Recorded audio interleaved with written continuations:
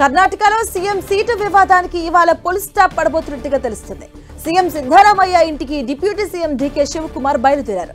ఇద్దరు నేతలు భేటీ కాబోతున్నారు. సిద్ధరామయ్య, డీకే శివకుమార్ ఇద్దరే సీఎం సీటు విషయంలో చర్చించుకోవాలని హైకమాండ్ చెప్పడంతో డీకే శివకుమార్ కు బ్రేక్ఫాస్ట్ మీటింగ్ కు సిద్ధరామయ్య ఆహ్వానించారు.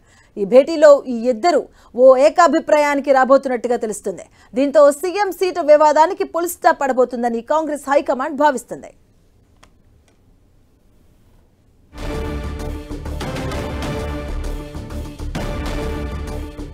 ఇదే అంశానికి సంబంధించిన పూర్తి అప్డేట్స్ మా కరెస్పాండెంట్ గోపి అందిస్తారు. గోపి, కర్ణాటకలో రాజకీయాలు రసవత్తరంగా మారే ఈ రోజు ఎలాంటి పరిణామాలు ఉండే అవకాశం ఉంటుంది?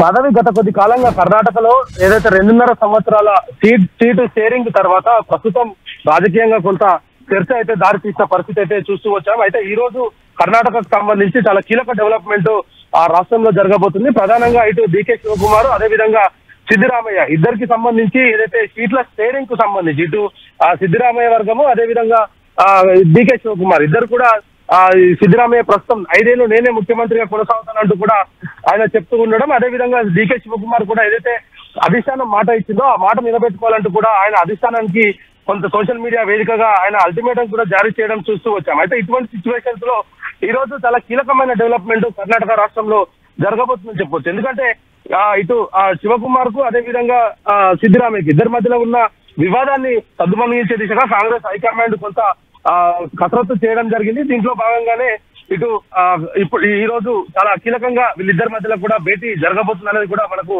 చాలా స్పష్టంగా అర్థమవుతుంది. అయితే ఒకవైపు సిద్ధరామయ్య తానే 5 ఏళ్లు ముఖ్యమంత్రిగా కొనసాగుతానంటూ కూడా ఆయన తన ధీమా వ్యక్తం చేస్తున్నప్పటికీ డీకే శివకుమార్ తాను 2.5 సంవత్సరాల కాల పరిమితి తనకు విధించడం జరిగింది. ఆ 2.5 కాల సంవత్సరాలతోటే ఇప్పటికి పూర్తయిన నేపథ్యంలో తానే ముఖ్యమంత్రిగా అధిష్టానం నిర్ణయించాలంటూ కూడా ఆయన ఇటు కాంగ్రెస్ హైకమాండ్ కి, అదేవిధంగా సిద్ధరామయ్య కూడా విజ్ఞప్తి చేయడం జరిగింది. ఏదైతే కాంగ్రెస్ పార్టీ కర్ణాటకలో గెలిచిన సమయంలోనే ఇటు డీకే శివకుమార్ కూడా సీఎం పదవి పైన తాను గట్టిగా నిలబడడం జరిగింది. తానే సీఎం కావాలనుకుంటున్నట్టు కూడా అధిష్టానానికి చెప్పారు. అయితే ఇటు సీనియర్ నాయకుడు, పార్టీలో సుదీర్ఘ అనుభవం ఉన్న వ్యక్తి, గత కొద్ది కాలంగా సుదీర్ఘంగా ముఖ్యమంత్రిగా పనిచేసిన వ్యక్తి అప్పటికే సిద్ధరామయ్య ఉండడంతో సిద్ధరామయ్యను 2.5 సంవత్సరాలు, డీకే శివకుమార్ 2.5 సంవత్సరాలు పవర్ షేరింగ్ విధానంతో కాంగ్రెస్ హైకమాండ్ అప్పట్లో సిద్ధరామయ్యను ముఖ్యమంత్రిగా ప్రకటిస్తూ నిర్ణయం తీసుకోవడం జరిగింది. సో ఇప్పుడు 2.5 సంవత్సరాలు పూర్తయిన నేపథ్యంలో తనకు ముఖ్యమంత్రి అవకాశం కల్పించాలంటూ కూడా హైకమాండ్ ను కోరుతూ ఉన్నారు. అదేవిధంగా రాష్ట్రంలో కొంత ధిక్కార స్వరాన్ని కూడా ఆయన వినిపిస్తున్నారు. అయితే ఇద్దరి మధ్యలో ఈ యొక్క చర్చ ఉన్న నేపథ్యంలో వీరిద్దరు కూడా చర్చించుకొని ఈ సమస్యను పరిష్కరించుకోవాల్సిందిగా కూడా ఇప్పటికే హైకమాండ్ వారికి సూచించడం జరిగింది. ఈ రోజు మరి కాసేపట్లో డీకే శివకుమార్, సిద్ధరామయ్య ఇద్దరు కూడా భేటీ కాబోతున్నారు. ఆ భేటీలో అనేక అంశాలతో పాటు రాష్ట్రంలో ప్రస్తుతం నెలకొన్న పరిస్థితులు, అదేవిధంగా గోపి, అంటే గతంలో కూడా ఇలాంటి వార్తలు వచ్చినప్పుడు డీకే శివకుమార్ కొట్టివేస్తూ నెట్టివేస్తూ రావడం జరిగింది. బట్ నిన్న ఒక ట్వీట్ చేశారు, world war is world war అంటూ కూడా, అంటే ఒక మాట మీద నిలబెట్టుకోవాలి. సో ఈ విషయంలో ఒక అంటే ఒప్పుకునే అవకాశాలు ఏమైనా కనిపిస్తున్నాయా? సుముఖత వ్యక్తం చేసే అవకాశం ఉందంటారా?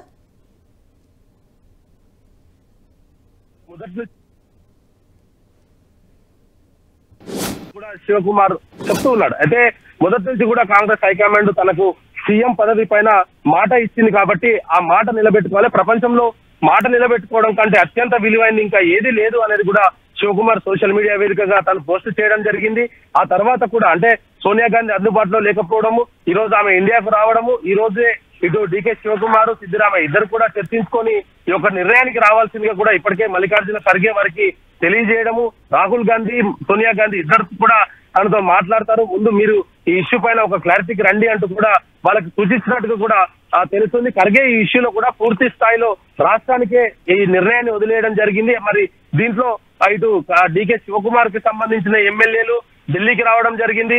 తమ మద్దతు డీకే శివకుమార్ కి ఇస్తున్నామంటూ కూడా వాళ్ళు హైకమాండ్ ఖర్గేను కలిసి వాళ్ళ అభిప్రాయాన్ని చెప్పడం జరిగింది. అటువైపు సిద్ధరామయ్య తానే 5 ఏళ్లు ముఖ్యమంత్రిగా కొనసాగుతాను, రాష్ట్రంలో ఉన్న పరిస్థితులు రానున్న 2028 ఎన్నికలలో మళ్ళీ తిరిగి కాంగ్రెస్ పార్టీని అధికారంలోకి తీసుకురావడానికి అందరం కలిసి పనిచేయాల్సిన అవసరం ఉంది, ముఖ్యమంత్రి సీట్ కోసం కాదు, నేను కూడా సేవకునే అంటూ కూడా ఆయన కూడా ఆ పార్టీలోని ఎమ్మెల్యేలకు తన స్వరాన్ని వినిపించే ప్రయత్నం చేశారు. సో ఇటు ఆ మాట నిలబెట్టుకోవడం కంటే ఇంకా ప్రపంచంలో దానికి మించింది ఇంకా ఏది లేదంటూ డీకే శివకుమార్ ఒకవైపు అధిష్టానానికి అల్టిమేటం జారీ చేయడం జరిగింది. మరోవైపు సిద్ధరామయ్య కూడా ఆ పార్టీలో తన బలాన్ని కూడగట్టుకునే ప్రయత్నం చేస్తున్నారు. ఇటువంటి సిచ్యువేషన్స్ లో కాంగ్రెస్ రెండుగా చీలిపోతుంది అన్న వార్తలు కూడా కర్ణాటక రాష్ట్రంలో వినిపించడం జరిగింది.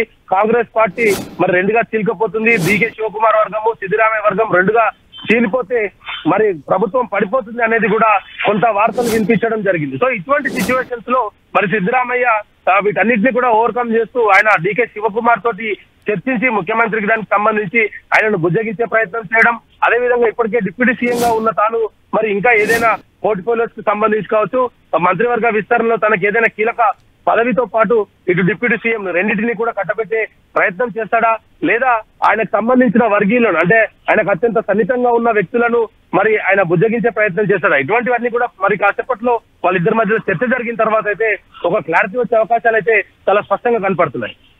గోపి, అంటే ఇప్పుడు కాంగ్రెస్ కు సంబంధించి హైకమాండ్ పరిస్థితి చూస్తే ఉన్నటువంటి ఎలక్షన్స్ లో కూడా 3-4 రాష్ట్రాలకే పరిమితమైంది. ఉన్న రాష్ట్రాల్లో కూడా ఈ రాజకీయ అసంతృప్తులు ఎక్కువగా కనిపిస్తున్నాయి. సో ఇప్పుడు హైకమాండ్ ఎలా రియాక్ట్ అయ్యే అవకాశం ఉంటుంది, దీన్ని సార్ట్అవుట్ చేసే అవకాశం ఎలా ఉంది అసలు? మీరు అన్నట్టు ఖచ్చితంగా కాంగ్రెస్ పార్టీకి దేశంలో కొంత గడ్డు కాలమే నడుస్తూ ఉంది. అయితే ఇటు రీసెంట్లీ జరిగిన బీహార్ ఎన్నికల్లో కూడా కాంగ్రెస్ పార్టీ తన ప్రభావాన్ని చూపలేకపోయింది.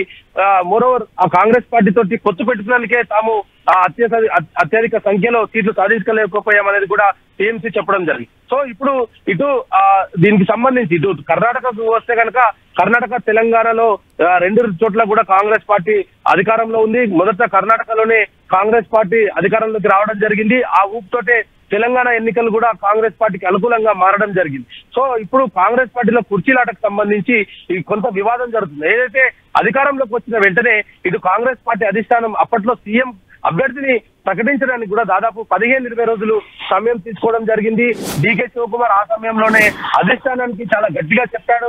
తాను పీసీసీగా ఉండి గ్రౌండ్ టు ఎర్త్ ఆయన వర్క్ చేయడము, దాని ద్వారానే కాంగ్రెస్ పార్టీ ఈ రోజు అధికారంలోకి వచ్చింది కాబట్టి తనని ముఖ్యమంత్రి చేయాలంటూ కూడా ఆయన పట్టుబడడం జరిగింది. సో ఆ సమయంలో కొంత డీకే శివకుమార్ కి బుజ్జగించడం జరిగింది. ఆయనకు డిప్యూటీ సీఎంతో పాటు ఇంకొన్ని పోర్ట్ఫోలియోస్ కూడా ఇస్తామంటూ కూడా ఆయనకు కొంత నమ్మకాన్ని పలవల్లి. అయితే ఇటు కాంగ్రెస్ పార్టీలో ఇటు డీకే శివకుమార్ అదే విధంగా సిద్ధరామయ్య ఈ రెండు వర్గాలే కాకుండా పరమేశ్వరన్ కూడా ఏదైతే ఇప్పుడు ప్రస్తుతం హోంమంత్రిగా ఉన్న పరమేశ్వరన్ కూడా గతంలో ముఖ్యమంత్రి తాను కూడా కావాలనుకుంటున్నట్టుగా అధిష్టానానికి చెప్పడం జరిగింది. సో మరి ఇటువంటి ట్రయాంగిల్ సిచ్యువేషన్ ఆ రోజు నెలకొన్న సిచ్యువేషన్స్ లో సిద్ధరామయ్యకు అధిష్టానం మొగ్గు చూపింది. ఆ సందర్భంగానే శివకుమార్కి 2.5 సంవత్సరాల తర్వాత ముఖ్యమంత్రి పదవిని పవర్ షేరింగ్ విధానంలో 2.5 సంవత్సరాలు సిద్ధరామయ్య, 2.5 సంవత్సరాలు డీకే శివకుమార్ ని ముఖ్యమంత్రిగా చేస్తామంటూ కూడా అధిష్టానం మాట ఇచ్చింది. ఆ సందర్భంలో ఏదైతే ఆ మాట ఇచ్చిన సమయంలో కూడా పార్టీలో ఉన్న చాలా కొద్ది మంది మాత్రం అంటే 4-5 వ్యక్తులకే ఈ ఇష్యూ తెలుసు.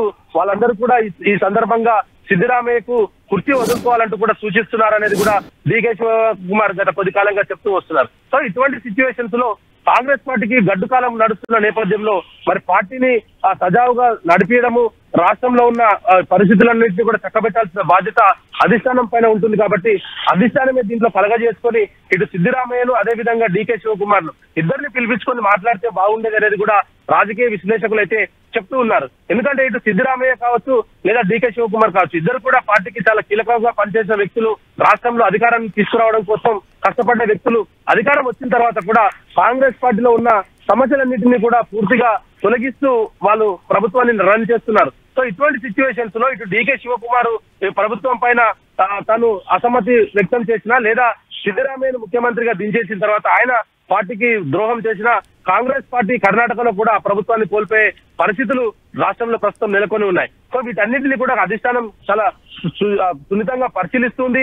దానికి సంబంధించి కూడా ఇద్దరి మధ్యలో కొంత సయోధ్యను కలిగించే ప్రయత్నం చేస్తుంది. ఇటు డీకే శివకుమార్ ని సిద్ధరామయ్య ఇద్దరిని కూడా మొదట వాళ్ళని కలిసి మాట్లాడుకోవాల్సిందిగా కూడా అధిష్టానం సూచించడం జరిగింది. మరి ఇద్దరు ఈ రోజు మాట్లాడే క్రమంలో డీకే శివకుమార్ తను తలొగ్గుతాడా, మరి ఆ సిద్ధరామయ్యకే 5 ఏళ్ల పాటు అధికారాన్ని వదిలేస్తాడా అంటే అది ఎట్టి పరిస్థితుల్లో కూడా జరిగే పరిస్థితులు ప్రస్తుతం కర్ణాటకలో కనపడట్లేదు. మరి సిద్ధరామయ్య డీకే శివకుమార్ కి 2.5 ఏళ్లు గతంలో అధిష్టానం ఇచ్చిన మాటకు కట్టుబడి ఉంటాడా అన్నది దానిపైన కూడా ఒక క్లారిటీ లేదు. సో ఇద్దరు మరి చర్చించుకున్న దాంట్లో ఈ చర్చల్లో ఒక భాగంగా మరి ఇద్దరు ఒకే మాటపైకి వస్తారా లేదా అన్నది కూడా కొంత అనుమానంగా ఉన్న నేపథ్యంలో మరి వీళ్ళ భేటీ తర్వాత అధిష్టానం ఏం చేయబోతుంది, అధిష్టానం దీంట్లో ఏ విధంగా కలగజేసుకోబోతుంది, సోనియా గాంధీ దీంట్లో ఏ విధంగా ఇన్వాల్వ్ కాబోతుంది అనేది కూడా దేశ రాజకీయాల్లో చాలా సున్నితంగా పరిశీలిస్తున్న పరిస్థితి అయితే కనపడుతుంది. ఎందుకంటే కర్ణాటకలో ముఖ్యంగా సిద్ధరామయ్య వర్గాన్ని దించే పరిస్థితి లేదు, డికే శివకుమార్ ని కాదనే పరిస్థితి లేదు. సో ఇటువంటి సిచ్యువేషన్స్ లో అధిష్టానం ఏం చేయబోతుంది అనేది కూడా రాజకీయంగా కొంత ప్రశ్నగా మారింది. మరి దీన్ని అధిష్టానం ఈ రోజు ఇద్దరి భేటీ తర్వాత ఏ విధంగా చూడబోతుంది, దీంట్లో వీళ్ళిద్దరిని సమస్యను ఏ విధంగా క్లోజ్ చేయబోతుంది అనేది కూడా మనం కూడా వేచి చూడాల్సిన పరిస్థితి ఉంది. మనం రైట్, థ్యాంక్ యూ గోపి.